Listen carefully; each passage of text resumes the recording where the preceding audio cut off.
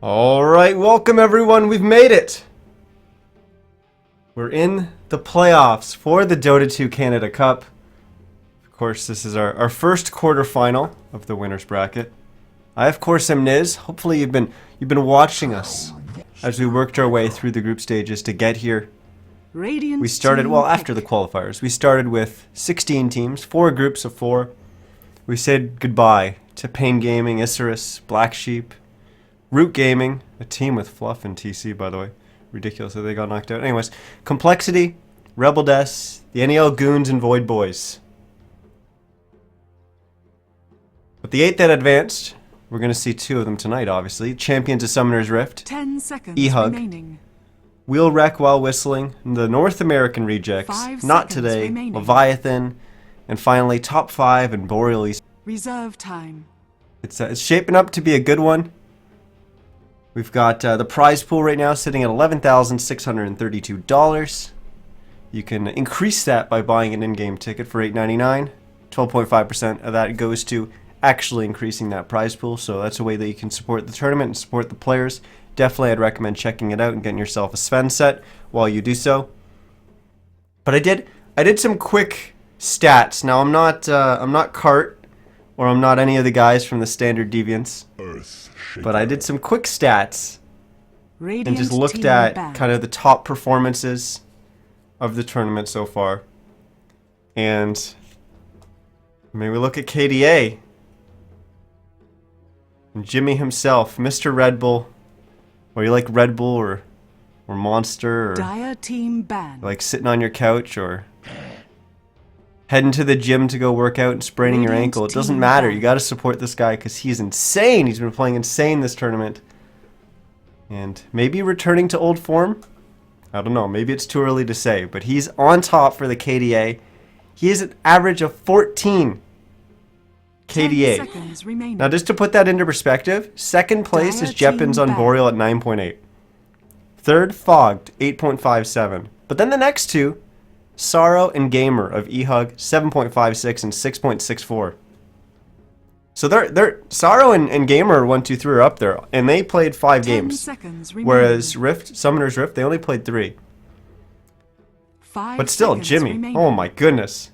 He's actually, in the 3 games that he played, first game, Witch Doctor, 7-1 and 9. Game 2, Skywrath, 5-1 and 11. Game 3, Skywrath, 3-1 and 7. He hasn't died more than 1 time in any of the games.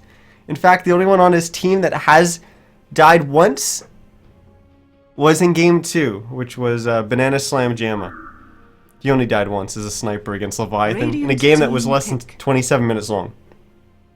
So that just puts into perspective Demon's performances this tournament. It's actually been incredible. But well, we're already quite a ways into this draft, and well, but going in, I can tell you that Summoner's Rift has been playing a pretty diverse range of heroes. The only heroes that they've picked more than once were Sky, Tree, and Axe, and Tree and Axe were both banned out in the first banning phase, and we still don't see Sky on the board. And I don't think we're going to. But let's try and catch up with this real quick. Of course, this is a best of 3. And, well, let's hop into it. Chen, Tree, Viper, and Jug were the bans for Summoner's Rift. Axe, Zeus, Shadow Fiend, and Queen of Pain for Team eHug. That meant that Troll Warlord, Spirit Breaker, Io or Wisp, whatever you want to call them, and Night Stalker were the picks for Champion Summoner's Rift.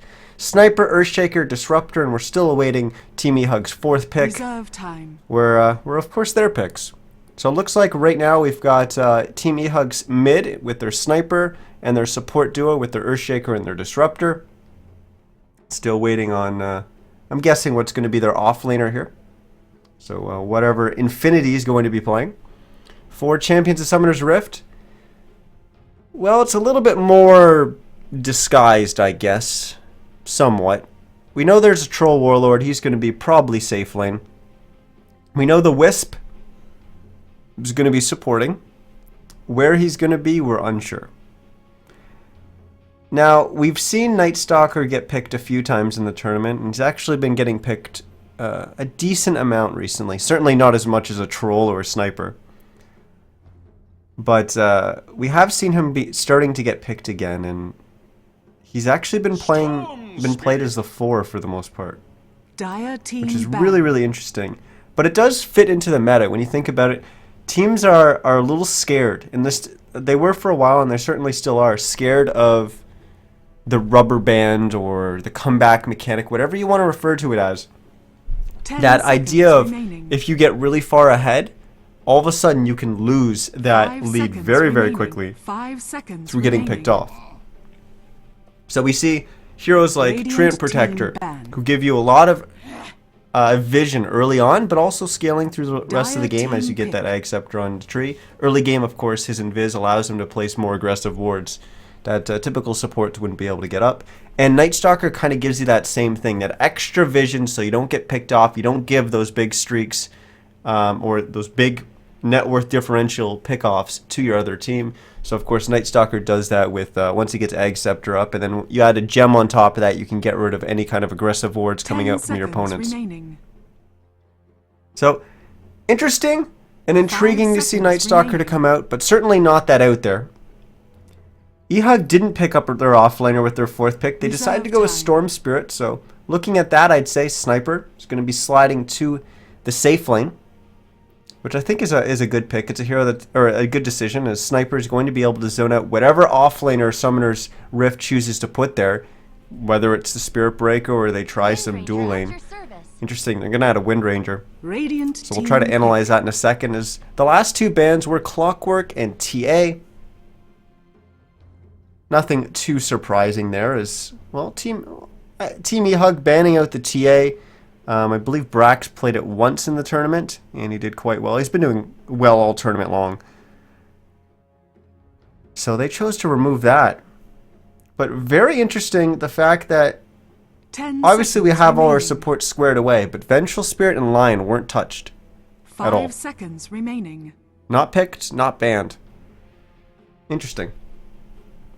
Reserve Either way, with time. this Wind Ranger, it certainly mixes things up. When you go back in time, Wind Ranger traditionally played as an offlaner.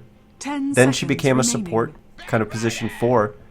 And most recently, she's been played in the mid lane, which you're going to see Brax pick her up here. So it's going to be in the mid lane as well, as eHug finishes their team comp with a Bat Rider for Infinity.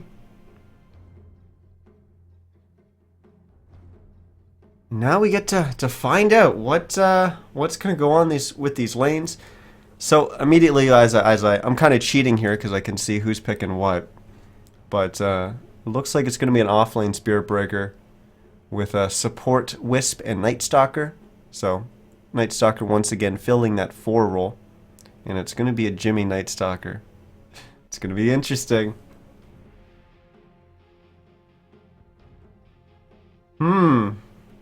I'm already getting pumped for this game. This is going to be a good one. As we hop on into it and start our first quarterfinal of the Dota 2 Canada Cup. A best of 3 between Summoner's Rift and Prepare eHug. Of course, for Summoner's battle. Rift finished 3-0 in their group. And eHug, well, they finished 2nd in their group, but they had to go through a tiebreaker, which we saw the culmination of last night in what was probably the weirdest game of Dota I've ever seen. Thanks to the tiebreaker scenario. Very, very weird. But I don't think we're going to see that again in any tournaments to come. There's a little bit of backlash, but let's forget about that. Let's move on. As on the Radiant side, we're going to have Team eHug playing their Earthshaker is going to be Pandago. Infinity's on the Bat Rider, and Gamer123 is going to be on the Storm Spirit. Sorrow is going to be taking control of the Sniper, and MJW is going to be on the Disruptor. For Summoner's Rift, they've made an aggressive 30 move into their seconds to opponent's battle. jungle. We're going to have Brax playing the Wind Ranger. Hero is going to be on the Io or the Wisp. Demon is going to be on the Night Stalker. I'm looking for big stuff from him. And Bugatti 420 is going to be in the off lane as the Spirit Breaker. And the only one left is Banana Slam Jamma, who's going to be taking control of the Troll Warlord. Looks like we're going to have the first rune go to the side, or the top rune go to begins. eHug, and the bottom rune's going to go to Stupendous. Summoner's Rift. As Summoner's Rift already placed out 2 of their Observer Wards, eHug just placed out the 1. So both teams have basically the same vision. over top rune. And Summoner's Rift, placing this ward, which we'll see the bottom rune, but it'll also prevent this camp from spawning. And that's just because they know that the bat's going to have to abandon it. Pandago may get spotted out here. Indeed, they have spotted him. He's going to throw out the fissure, but he's in a bad situation. He does have MJW and Sorrow behind him, though, but he's going to go down for our first blood. There's going to be no return kill for eHug, as they're on the run right now, and they need to back away. Maybe they will be able to get the kill here on eHug, but Sorrow is now in a very, very bad situation. As will they get it? They will, but they do lose Sorrow. MJW will try to get a return kill as Pandago TPs on in, lays down the fissure. The Troll Warlord goes down. Will the Night Stalker go down? I think he will, as MJW is going to get that kill. So when it's all said and done, eHug, there we go, actually comes out ahead, I guess, maybe, yeah, just slightly, even with the first blood gold, XP even going their way as well, but very, very slight there. And well, luckily enough that Pandago was able to respawn and get that kill, but I just missed a kill in the bottom lane as Demon respawned, TP down here and got a kill with Bugatti 420 on Infinity on that Batrider. Speaking of which, let's actually take a look at our lanes, as it's going to be Infinity on the Batrider in the bottom lane, going up against Bugatti 420 on the Spirit Breaker. Demon's going to be hanging out down here, trying to maybe once again get a pick off on that Batrider. In the mid lane, we're going to have the Storm Spirit going up against the Wind Ranger. And then the top lane, which we've already seen a ton of action from, we're going to have Sniper, Earthshaker, and Disruptor going up against the Troll Warlord and the Wisp. And I'm assuming Demon's going to head back up there on the Night Stalker as Infinity's getting ganked once again, but Pandago, using his second TP of the game already, is going to TP down here. Nice fissure. Good patience from him, making sure that he laid down a good fissure there to trap out Demon. But there is going to be a charge onto Infinity as they get the kill on Demon, but they do lose their Batrider once again. As now Pandago will just soak up a little bit of XP down here as the support who's going to be trapped in a tri-lane for most of the game, or at least until he TPs away once again. But he'll definitely welcome the extra XP, and even managing to get 2, now 3 CS, so extra little bit of gold going his way as well. As for a mid lane, pretty even. Brax taking a slight advantage though, 13-5 versus 10-1 for Gamer123.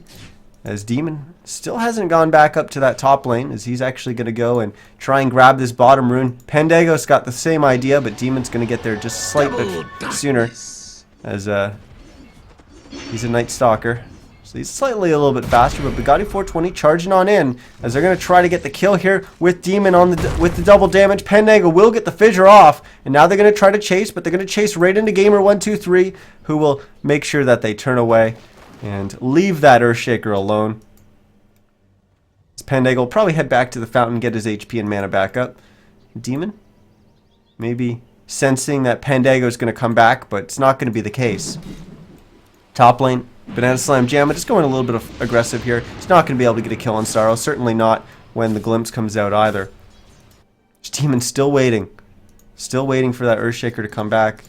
His DD just wore off though, so either way, he'll probably back away now. As Bugatti 420 is also looking for a charge, as he's rotating away from the bottom lane. And there we go. The charge is coming out, as they know that Gamer123 is going to be heading for that top rune. Pandago TPs again in once again, and here comes the charge, stunning up Gamer123. Demon has dropped kind of low, but now Gamer123 just looks to deny to the neutrals, but not able to do so. The Ancients just not hitting hard enough, and Brax able to get that, or actually, excuse me, Demon was able to get that kill, and then Brax bottle up the bounty rune.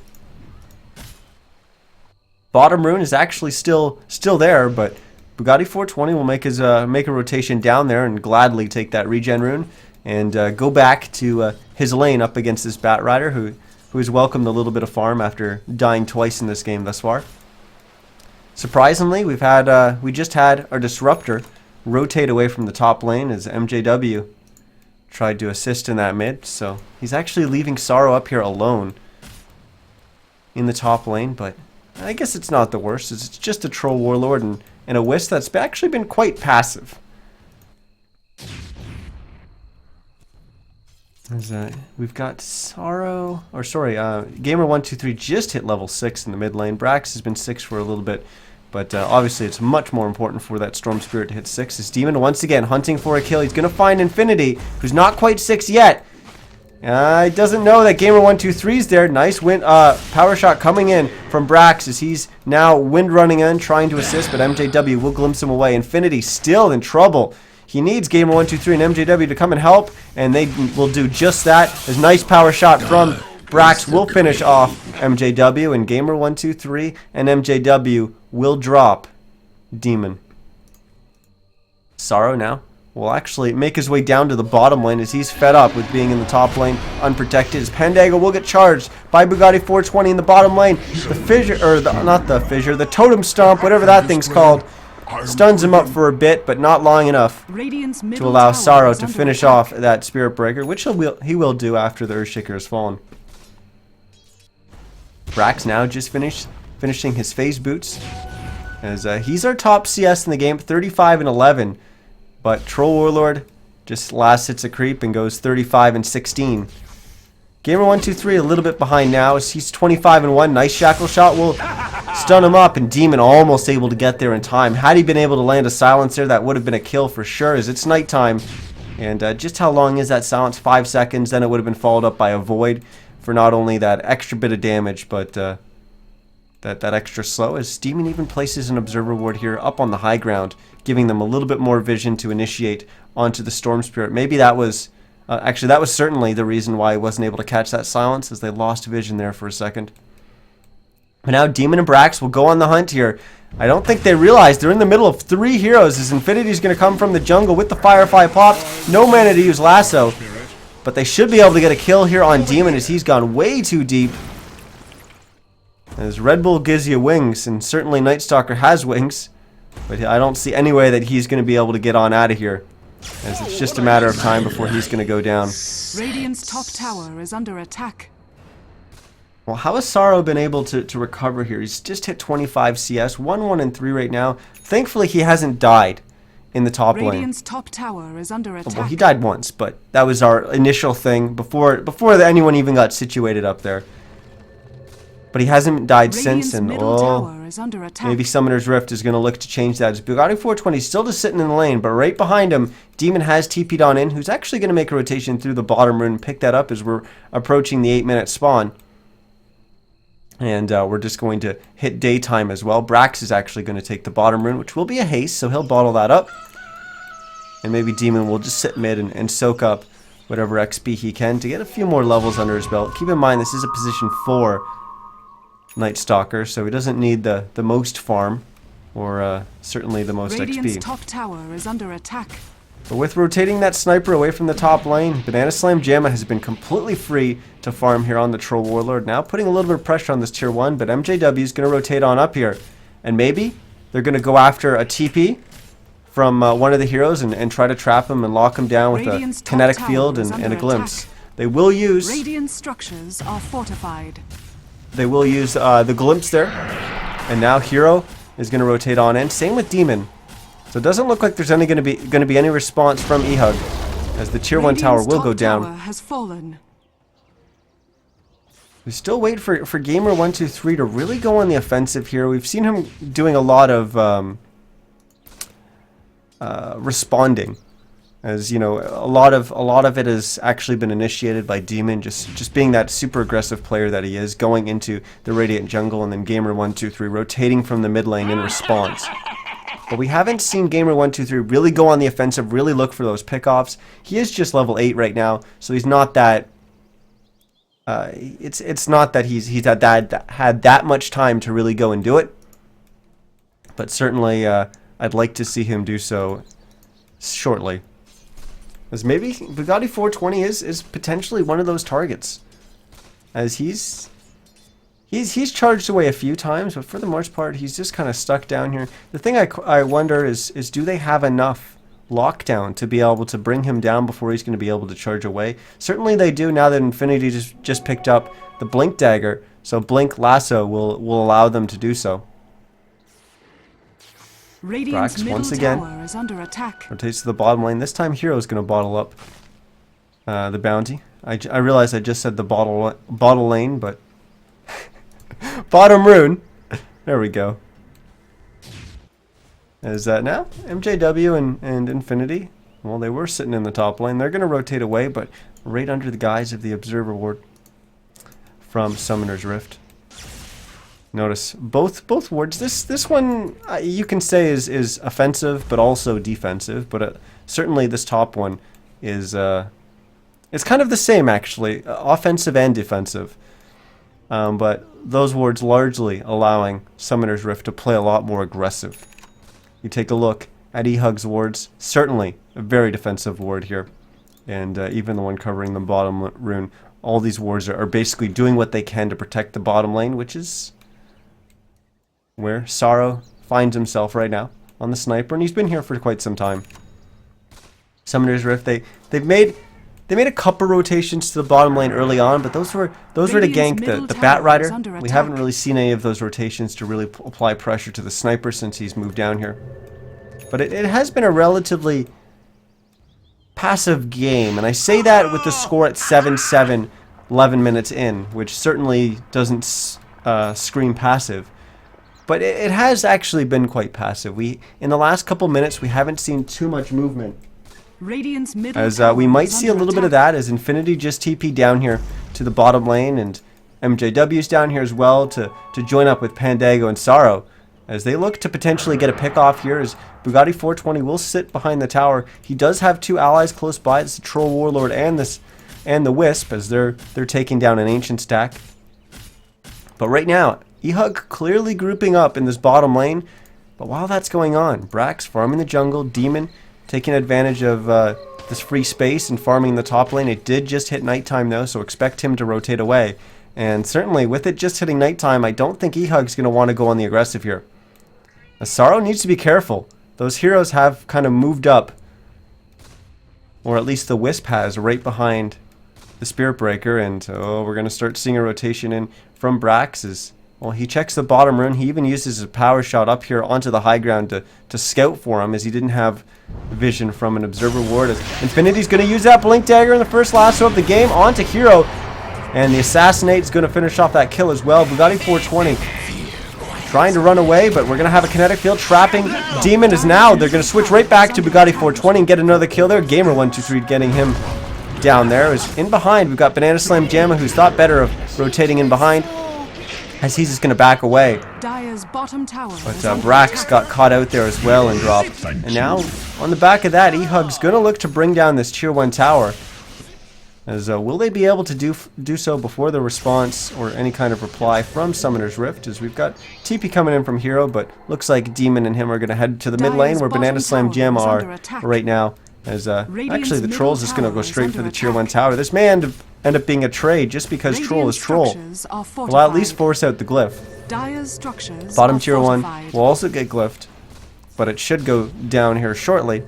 As we're going to have some TPs coming in from eHug to defend the mid-tier Tier 1, as Pandago and MJW are already here. We're going to get another TP from Sorrow. Demon going on the aggressive, coming in from behind. But this might be a little bit bad. I don't know. We got more TPs coming in from eHug. Sorrow is actually the one who's most in danger, but we're going to change that or turn that around, as Gamer123 is going to jump on in with the ball lightning. He's going after Hero. He's going to find that kill, but he's getting charged right now, and now he's going to get shackle shot into the tree, and he's going to go down. So to Storm Spirit for a Wisp, certainly a favorable trade for the team of Summoner's Rift. Demon, we'll see Infinity as he's backing here, but he's certainly not going to dive that deep for that kill. As Summoner's Rift will back away, and, well, not completely, as they're just backing right to the Roche Pit. As they'll look to bring down the Roche here, as all four of them are in here. It doesn't look like eHug's going to be able to get here in time, as Roche going down quite quick, and that's just one of the benefits of having the Troll Warlord, especially on the Dire side, as Roche is just so easily accessible, and on top of that, with the Troll Warlord, you bring him down so quickly. And frankly, you know, at this point in the game, the Troll Warlord can just solo Roche. You don't even need your entire team there. Of course, it makes it much quicker, but even without that, he of course can bring it down himself. Just those other four heroes are going to need to be able to create space. Well, we've Just when I said the game was getting passive, we just saw a bunch of aggression. So let's take this time to switch on over to net worth and see just who's on that number 1 slot. And it is indeed Banana Slam Jamma, quite a bit ahead of everyone else at 8,400 net worth. Second place is going to be Brax on the Wind Ranger at 6,200. Then it's Gamer123 at just under 6,000. And then Infinity at 5.7. Radiant's bottom tower is under attack. So when it's all said and done, we're sitting here with a slight lead for Summoner's Rift, just under 4,000 gold going their way. So picking up where they left off in the group stage, as they're looking like they're in a pretty good position right now in this game, but it is certainly far from over, as this has been a close one. And there is obviously a slight advantage there, and there's going to be a little bit more as Brax drops that tier 1 tower in the bottom lane. But certainly very, very close, and this is only game 1 of a best of 3 anyways. Gamer123 will activate an Invis, but nah, he's not going hunting. He's actually just going to drop this pole camp. As his entire team's up here in the top lane, looking to apply some pressure to that top tier 1, but it looks like they're not going to commit to it. They're waiting for someone to go and defend on the side of Dire. They do have an Observer Ward in behind. But it looks like there is going to be no response from the Dire side, as that tier 1's going to go down quickly, and Summoner's Rift is actually taking the opportunity to attack not just the mid tier 2, but the bottom tier 2 as well. So eHug getting maybe a little bit out position here, or hoping that Summoner's Rift was going to respawn, but Summoner's Rift actually reading the situation maybe a little bit better than eHug.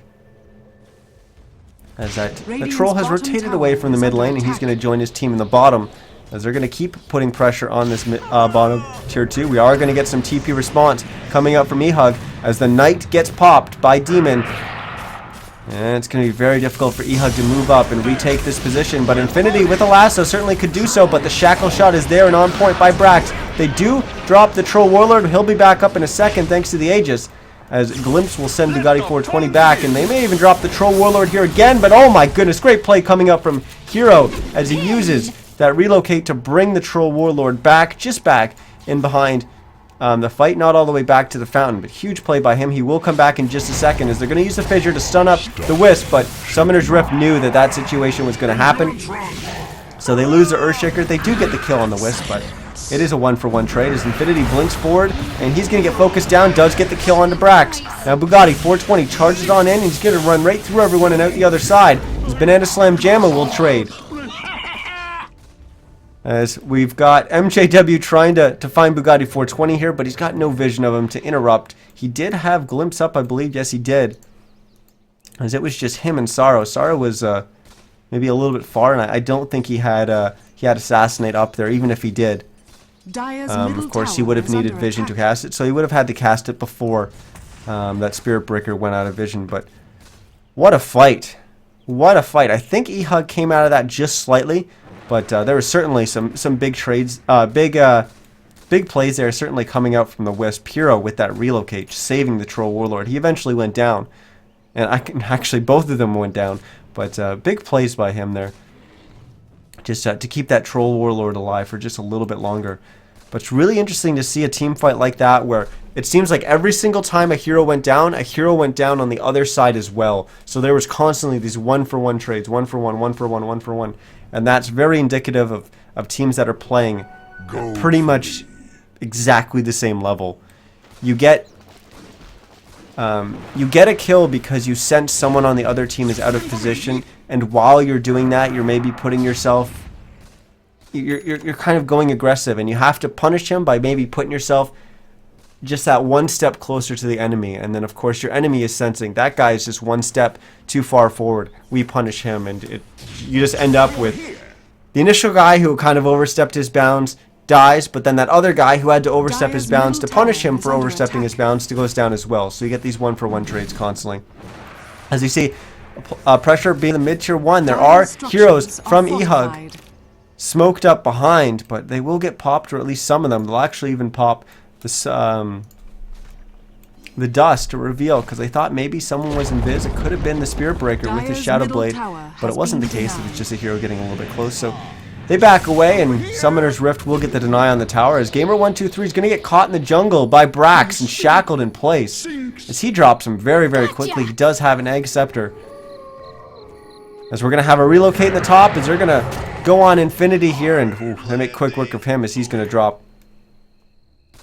Well, let's quickly take a look at our gold graph, see where we stand. Roughly the same place that we were before, but almost 5,000 now in favor of Summoner's Rift, but pretty damn close to where we were before. Sorrow is going to get jumped on in the bottom lane as Demon and Brax going to go after him. Shackle Shot will once again find a tree and lock Sorrow down in place. MJW glimpses Brax back and has to lay down a Static Storm to make sure Demon's not able to go on the aggressive, but Bugatti 420 just charges right past everything and gets the kill. He does have a Shadow Blade to escape, and once again Brax lands the Shackle Shot. Great Shackle Shots coming up from Brax this game as he'll find a kill on Pandago. Glimpse will bring Bugatti 420 back and trap him in that kinetic field right next to the tier 2 tower, but Bugatti 420 will try to charge away. Gamer123 won't allow it as he'll grab him and pull him back.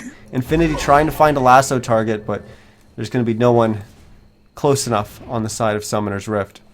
Radiant's top tower is under attack. Still, you have a 2-for-1 trade, but pretty even, the trades.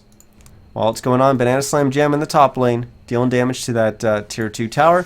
It's Gamer123 trying to farm up a little bit here as he's gone the Yule's route, which we've seen a lot recently. These Storm Spirits going for the Yule Scepter. Actually, I really like it. And we're going to see how it works out for him this game. As, well, take a look at the net worth. We've got 3 heroes on the side of eHug, all taking up that 3rd, 4th, and 5th spot. But that means the top 2 belonging to Summoner's Rift as the Troll Warlord. He was ahead before, but he's even further ahead now. But he may get picked off here as eHug's on the hunt. Infinity, Firefly popped. He's already used his Blink Dagger, so he's not going to be able to close the gap. And unfortunately, they miss the opportunity there, and they will have to TP away. And to quickly cycle through all our heroes here, Pandago does just have the Arcane Boots, nowhere near getting a Blink Dagger or Force Staff. Unless there's something on the courier, but I don't think so, yeah. He's got an appropriate amount of gold. As MJW, he's also got his Arcanes, an Urn, and a Staff of Wizardry, so working towards either a Force Staff or a Yule Scepter. Not going to make a prediction there. I'm thinking it would be a Force Staff, but my predictions have been pretty poor when I'm predicting either a Force or a Yule's this tournament. Sorrow does have a Mask of Madness and an S&Y to go with his treads as he TPs away, but we've got a smoke gank from Summoner's Rift, and Gamer123 unfortunately is going to walk right into it as it's another kill for Summoner's Rift as Bugatti 420 is going to get that one, but they're not done. They're not trying to chase down MJW, running right past Pandago, who will just drop the Echo Slam, and they've gone too deep as the Whiff is going to go down, and now the Night Stalker is going to go down. Maybe even Brax as Gamer123 bought back for this as he's going to grab him, and well, the Lasso is going to grab him as well as they get 3 kills there. It cost them a Storm Spirit buyback, but for 3 kills, definitely worth it. We take a look at the show fight recap, and you can see a big gold swing going in favor of eHug. As it's about 1,700 gold going their way, and about 5,000 XP going their way. Of course, there was about 1,600 that went the way of Summoner's Rift as well. But certainly, going a little too deep there, and who was the one that initiated? I think it was Jimmy, and you know that's the one thing that people say about Jimmy, about Demon, is that he oftentimes his aggressive play, it kind of puts him in the situation where he can really punish opponents and start snowballing out of control, but at the same time, that aggression often leads to him overextending and potentially throwing games. And maybe we just saw a little bit of that. Dire's middle tower, but we'll try to keep cycling through our heroes as we got a point booster and a Yule Scepter on Gamer123, as it looks like he's going to be going after the Bloodstone to go with that Yule's. We already covered Sorrow, and we already covered MJW, so who did we miss? We missed Infinity, as he's got a Blink Force, and he just picked up a Boots of Travel. Of course, he started with Tranquil Boots, which he still has on himself, or on his hero. And we move on to Summoner's Rift, as Brax has that Egg Scepter and almost finished a BKB as well, just needs the rest to be completed. As we take a look at the other heroes as they're doing Roche. Demon, he's got an Urn and halfway, or just past halfway, to completing his Egg Scepter, giving them that extra vision that they're going to need going on later on in the game. Hero, not much progression. He's been doing a lot of the warding and support duties, and so he's kind of been playing that position 6 role I talked about the other day. Spinez Slam Jamma did pick up that Aegis. He's got BKB, Blink, Helm of the Dominator, and SNY. That's a lot of gold, a lot of net worth on a Troll, but may not help him out here as he's going to get dragged back by Lasso. Maybe it will. He only goes down to half HP. He just pops a BKB and just goes ham, dropping Pandago. They're going to look for another kill. There's that Blink Dagger. Making use of that as he's going to blink up to the high ground, try to go after Saro, but oh, have they gone too far? They do have the Aegis, so they are going to lose the Troll, but he'll be back up in a second. But Bugatti 420 is just going to go on Saro. Nice 4-staff, bringing him down to the low ground, as I believe that was from MJW. No, it wasn't. Don't know whose that was from. We'll find out in a second. But it must have been Infinity. But good play there from Infinity to 4-staff Saro down to the low ground. Somehow that only resulted in the Earthshaker going down and the Aegis being spent. So when it's all said and done, that's actually advantage eHug with how that played out. Had they lost their sniper, maybe not. But wow, that was a big 4-staff coming out from Infinity. Huge plays. But now Brax finishes that BKB. Banana Slam Jamma just delivers his Ring of Aquila again to replace the slot that was freed up by losing the Aegis. It's Jimmy. Closer and closer to that Egg Scepter, 1,000 away from it. And the only one we haven't checked is Bugatti, who we know he's got a Shadow Blade and almost got a BKB, just under 200 gold away from completing that. Saro has picked up an Ultimate Orb, so probably going for a Scotty. It could potentially be a Manta. But I have a feeling, certainly with Summoner's Rift and how they've been playing the team fights, how they've been showing that they're not afraid to go deep into the other team, to go after that sniper, which is what you need to do going up against a sniper. Certainly, I think the extra HP pool provided from a Scotty and also the increased effective health of a Scotty is going to be a little bit more beneficial than a Manta, but we'll see what Saro chooses to go with. Certainly both of those are built from an Ultimate Orb, but he's sitting on 1,200 gold right now. He's actually going to TP back to the mid lane here and just wait for these creeps to come, but notice his positioning, not pushing out that far. He should feel pretty safe with this Observer Ward, kind of giving him a little bit of knowledge, but it is nighttime and there isn't much vision provided by that. But with him standing back here, he should feel pretty safe, but he's playing extra cautious, staying way back, not getting picked off. He knew his teammates were close, but not really close enough to support him if they all of a sudden, if the side of Summoner's Rift all of a sudden jumped on him. So both teams just taking the opportunity to farm here. Banana Slam Jamma taking up the Ancients. His hero doing a little bit of warding, as they've got both wards tracking any kind of movement through the Radiant jungle, anything moving towards bottom rune or even through the jungle here. And if they do make that rotation, they're going to be spotted by another Observer Ward that's tracking any position that a hero on the side of eHug is going to be if they're farming their own jungle. And here's that Observer Ward that we saw a little bit earlier in the tournament, not getting caught by these Sentry Wards. It is a little bit unusual to ward there, but the reason you do it is to dodge these Sentry Wards, which are covering the two more effective wards, I guess. The most ideal ward is the one down here. The other one's going to be up here, as both these sentries attempted to deward, but the least effective of the three is, in turn, in this situation, the most effective, because it's the one that didn't get dewarded, as it'll still provide Summoner's Rift with that extra little bit of vision. As look at that, the charge coming out from the Spirit Breaker.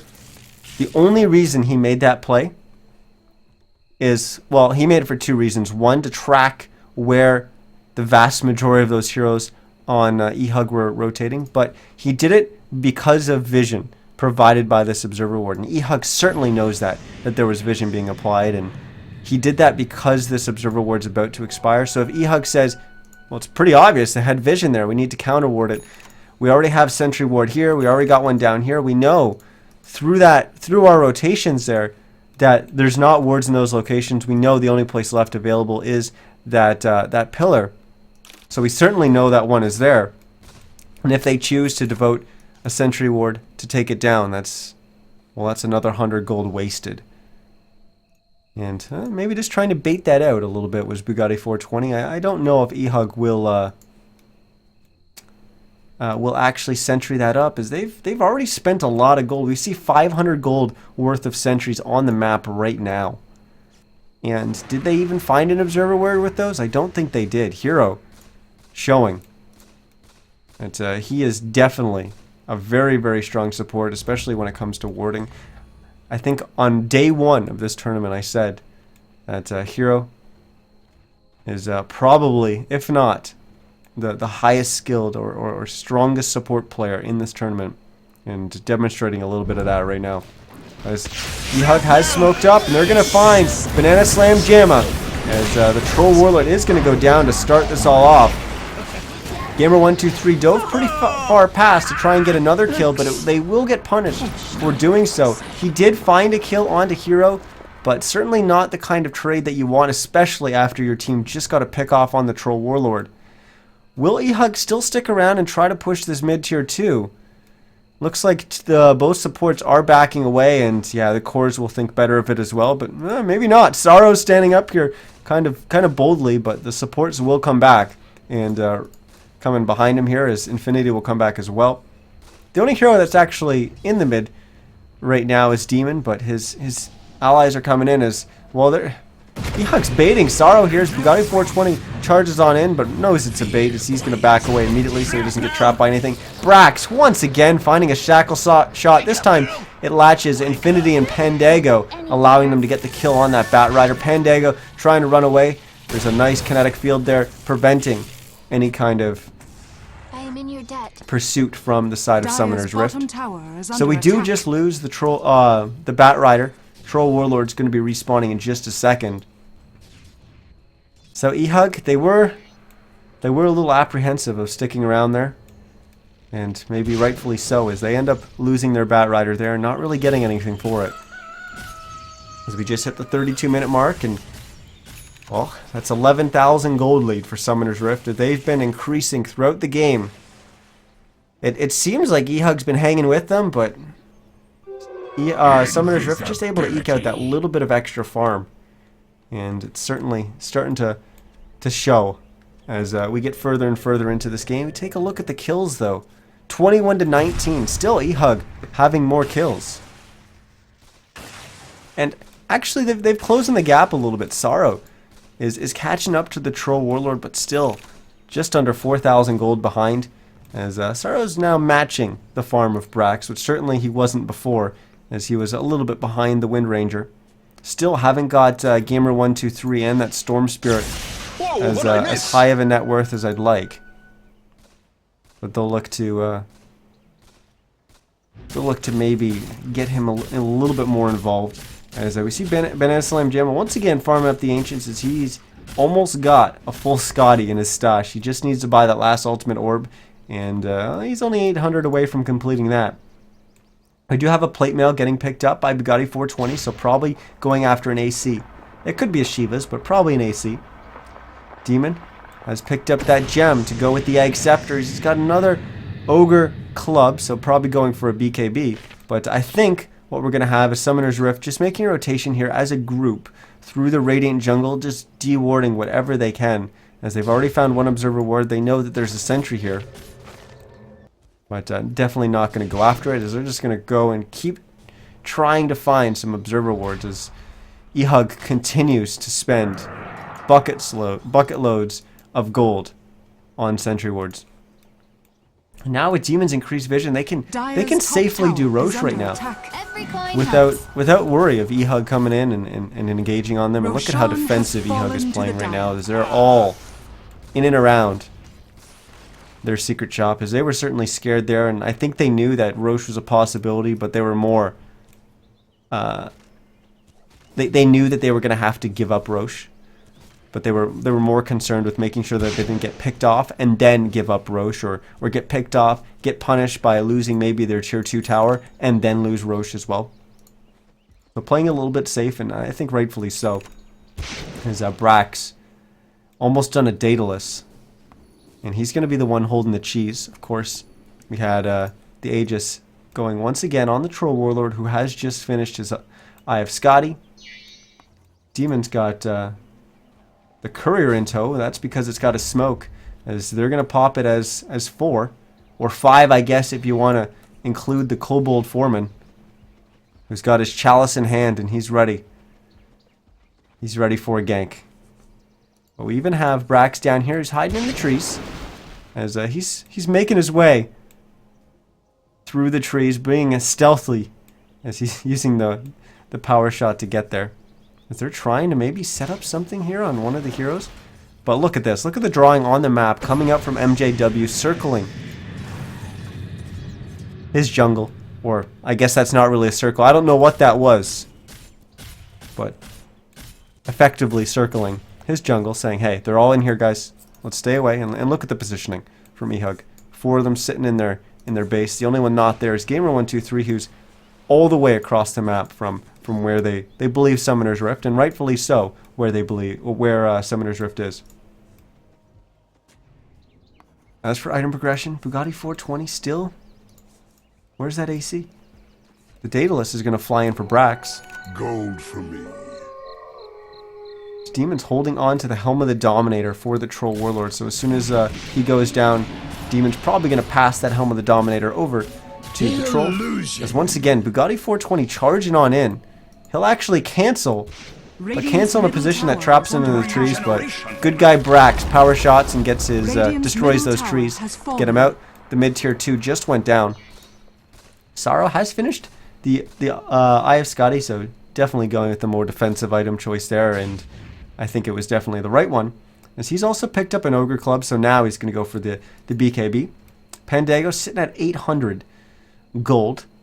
Still long ways out from getting a Blink Dagger, and maybe we might see him actually just go for a 4-staff in this situation. It wasn't a 4-staff for MJW, so it's the complete opposite of what I predict every single time, as he's gone with the Yules. As he's going to bring in another set of sentries. How is this guy even got any kind of item progression with the number of sentries coming out from eHug? Unreal.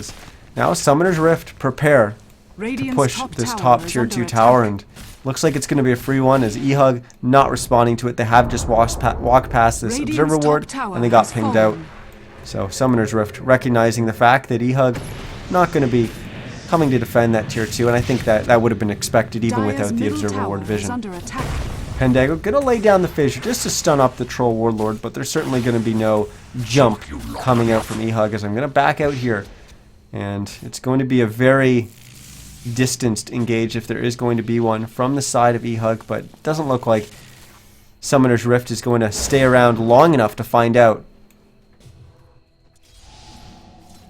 Bugatti 420's on a little bit of a hunt here, but no one on the side of eHug is anywhere close. He will find a haste rune, which is always nice to have as a Spirit Breaker. He's actually just going to ping it out, as there's no reason for him to pick it up, as he's not going to go on a solo mission right now, so it's better for that to be bottled up. And is it going to be Hero? Yeah, it's going to be Hero. He's going to bottle that up, as he had an empty bottle. I was thinking maybe it could have been Brax, but he doesn't have his bottle anymore, and he's all the way across the map anyways. Well, now Summoner's Rift, they're grouping up in the bottom lane. Maybe they're just going to march down bottom and try to break this high ground. But eHug have smoked up. They're trying to maybe do a little bit of a flank here. As will they find someone? Oh, they just found Demon. Demon tries to react. He has that extra vision, but it's not going to help him here. Maybe his teammates will, as Demon is going to go down. Gem on the ground. But now eHug getting punished for going after that kill. Sorrow's going to go down. Infinity will go down as well. That gem is on the ground once again. Banana Slam Gem gets caught in a Static Storm and a Kinetic Field. But Gamer123 is the one who's going to go down, not the Troll Warlord. As he's going to now chase down MJW. There's no Aegis left, but he's not going to need it against just a solo Disruptor. As all 5 heroes on the side of eHug get wiped out. Summoner's Rift just losing Demon. Of course, they lost the Aegis as well, but I think that was a result of the time, as certainly our fight recap shows that as well. But on the back of that, Summoner's Rift will now try to break that high ground. Infinity will buy back. We have another buyback from Sorrow as well. Pandago just respawned naturally on the Earthshaker, but Summoner's Rift will respond to those buybacks and back away. They did get that mid-tier 3 tower, but no racks just yet. The Troll Warlord keeps adding to his item pool. as he's got a Satanic, which we saw him take about half of his HP worth of damage, and now he's going to have this Satanic that he's just going to be able to pop and jump right back to full, assuming he's able to get those attacks off. And I think he's going to be able to, you know, unless he's trapped in a kinetic field with his BKB down and not able to reach anyone, or if he's lassoed up, he's probably going to be able to get those right clicks off to allow him to lifesteal that HP right back up. As we are going to get our first pause, and hopefully our only pause of the game, as Infinity getting a little bit of lag. That does give us time to bring up the net worth here as they say go, so maybe not. As we've passed 2,000 gold in favor of Summoner's Rift. XP's also just past 2,000 gold as well. Top net worth still the Troll Warlord, but continuing to distance himself from Sorrow on the sniper, as we saw Sorrow catching up for a little bit, but now Banana Slam Jamma over 10,000 net worth ahead of the closest on the side of eHug, and that of course is Sorrow. And even Brax has distanced himself from the sniper again, as he's but just over 2,000 net worth ahead of the sniper. You can just see not only at the very top end the discrepancy between the top farmers, but at the bottom end we take a look at the real supporting supports, as we've got the Wisp and the Earthshaker. 5.4k net worth on the Wisp, as Heroes actually just picked up a Blink Dagger, but just 2.3k on Pandago on the Earthshakers. Yeah, he's not getting any kind of Force Staff or Blink Dagger anytime soon. It has to be a very one-sided team fight that eHug walks away from, with certainly with Pandago staying alive, for him to make any kind of progression towards an item. He's sitting at 1, 6, and 12 right now, so he has had a decent impact. 13 of 22 kills. That's all right participation. As I'll actually bring up the scoreboard here. As you can see, the top participation is actually Sorrow at 5, 3, and 13, part of 18 of 22 kills, which is actually our highest participation in the game. So good job on Sorrow there to really be having an impact. He's only died 3 times as well, which is tied with the lowest on the side of Summoner's Rift, but there is 3 heroes there. But a good job coming out from Sorrow there to not only be getting involved, but also not dying.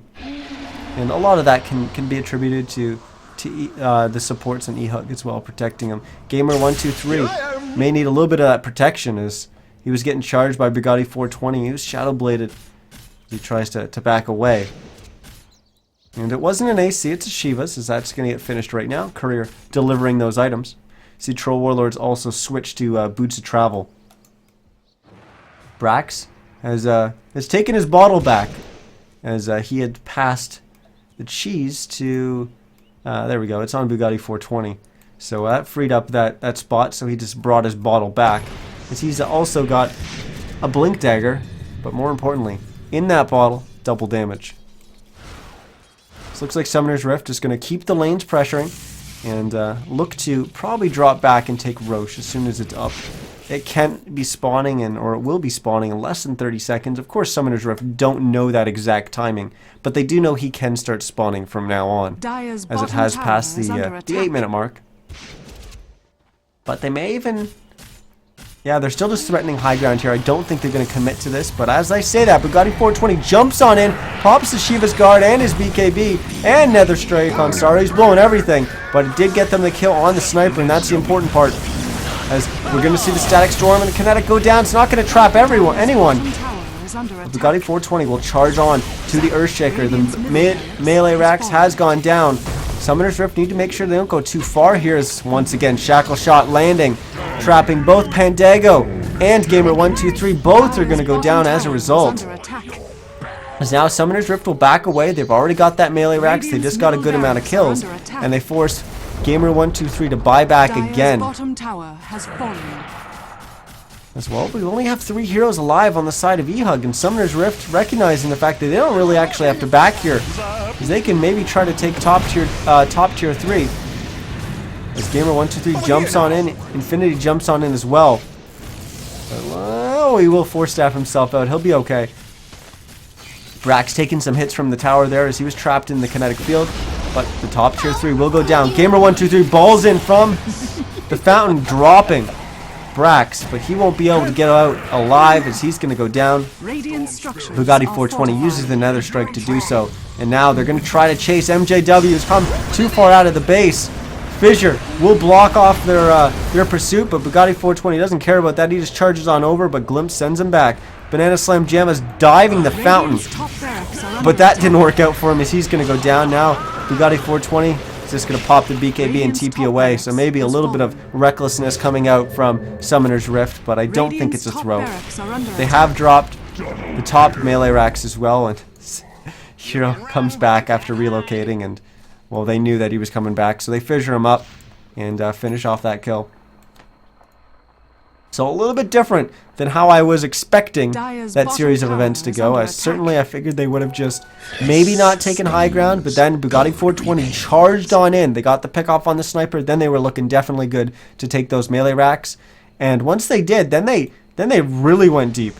And I thought that was the moment where maybe you just take the range racks, or maybe you don't even do that. You just back away and go for Roche.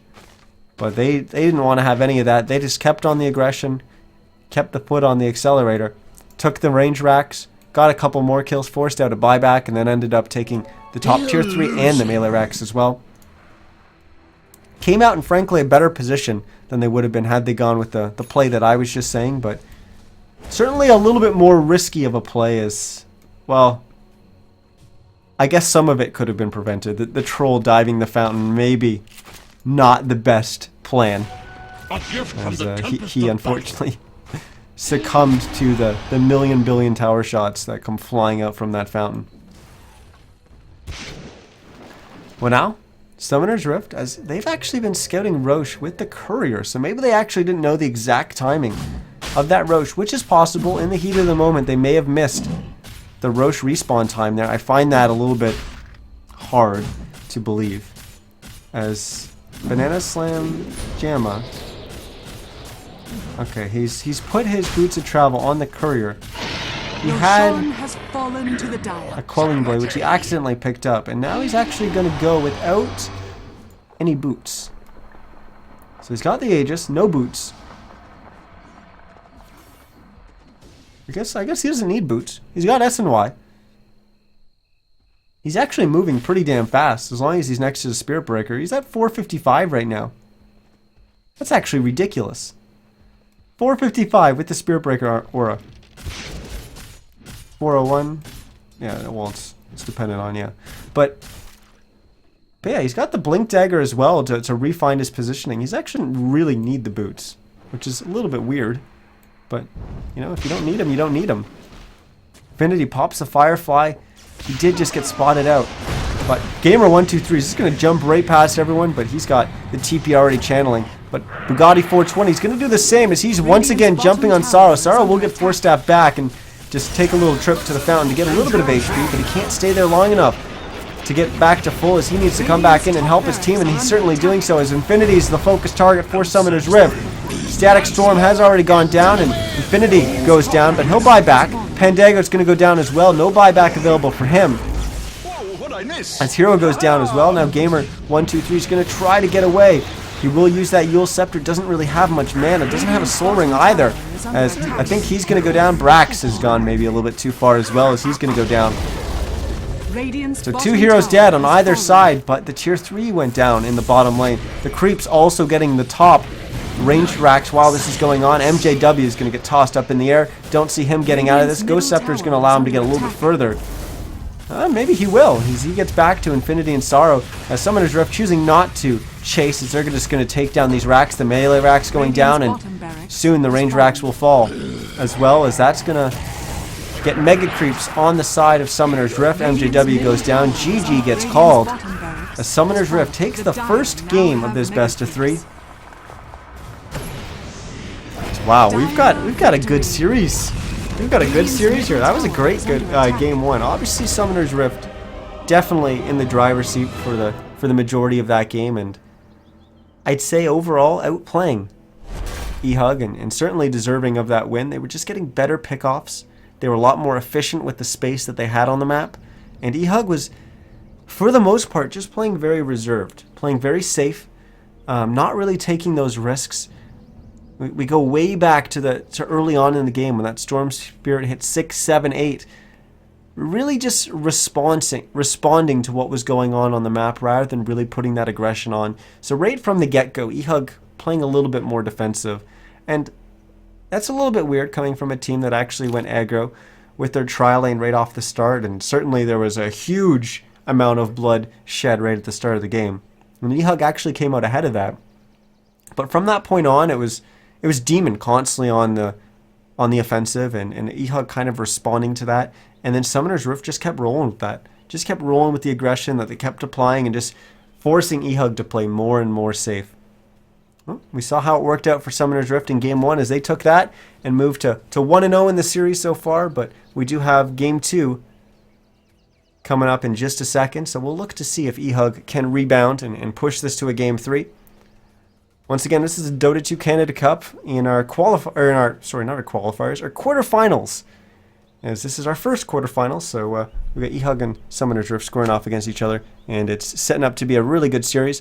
Once again, I'm Niz. Hopefully you guys did enjoy that cast, and hopefully you're going to stick around for Game 2, as that should be coming up in just a second. As I'm already just kicked out of the game, I've taken too long.